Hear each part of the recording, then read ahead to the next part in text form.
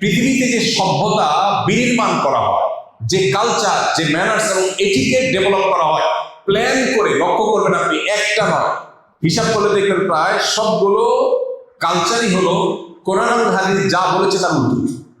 উল্টো জিনিস কাকতালীয় হতে পারে এক দুইটা ঘটনা, সবগুলো উল্টো কেমনে হয়। হাদিসে কুকুর ঘরে রাখতে নিষেধ করা হয়েছে। এখন দেখেন আল্লাহর এত প্রাণী থাকতে কুকুরটাই শুধু ঘরে রাখা হয়। হাদিসে যেহেতু নিষেধ করা হয়েছে, যেটা হাদিসে নিষেধ করা হয়েছে ওটা অ্যাগ্রেসিভলি আমাদেরকে পুশ করা হয়, তাই না? কোরআন হাদিস আমাদেরকে নির্দেশনা দিয়েছে পুরুষের পোশাক থাকবে হাঁটু এবং টাকনেও মাঝামাঝি। এখন কালচার হলো হয় হাফ প্যান্ট পরো আর নাহলে টাকনির নিচে চলে যাও। মাঝামাঝি 3/4 পড়তে পারো, সেটা বাসা, বাইরে না। এই কালচার ডেভেলপ হয়ে গেছে না অলমোস্ট। মেয়েদের জন্য কালচার শরিয়ার নির্দেশনা হলো তোমরা টাকনুর নিচে পোশাক পরো। এখন মেয়েদেরটা অবশ্যই টাকনুর উপরে আর পুরুষেরটা অবশ্যই টাকনুর নিচে। পুরুষের জন্য তার জন্য যে ড্রেস কোড শরিয়া দিয়েছে সেখানে ওড়না নাই।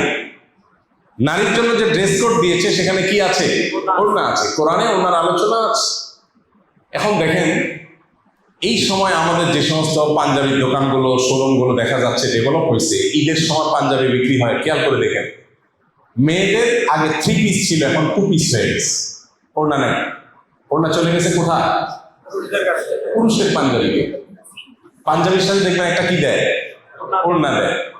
এভাবে আপনাকে আমি আরো 10টা আইটেম এখন এই মুহূর্তে দেখাতে পারবো এক এক করে।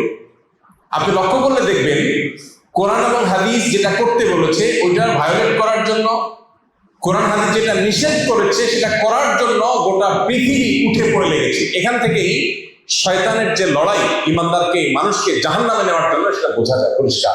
সে সবসময় আমাদের উল্টা দিকে টানতে চায়। এই জন্য বাম হাতে আপনি খাচ্ছেন, আপনাকে কেউ বাধা দিবে না, কিন্তু আপনার ক্ষতি এর মধ্যে নিহিত আছে। কারণ নবীজির সুন্নাহর বাইরে মানুষের কল্যাণ থাকতে পারে না। মানুষ নবীজির কোন সুন্নাহর গুরুত্ব 1400 বছর পরে বুঝে, কোনটা হয়তো 2800 বছর পরে বুঝবে, কিন্তু বুঝতে বাধ্য।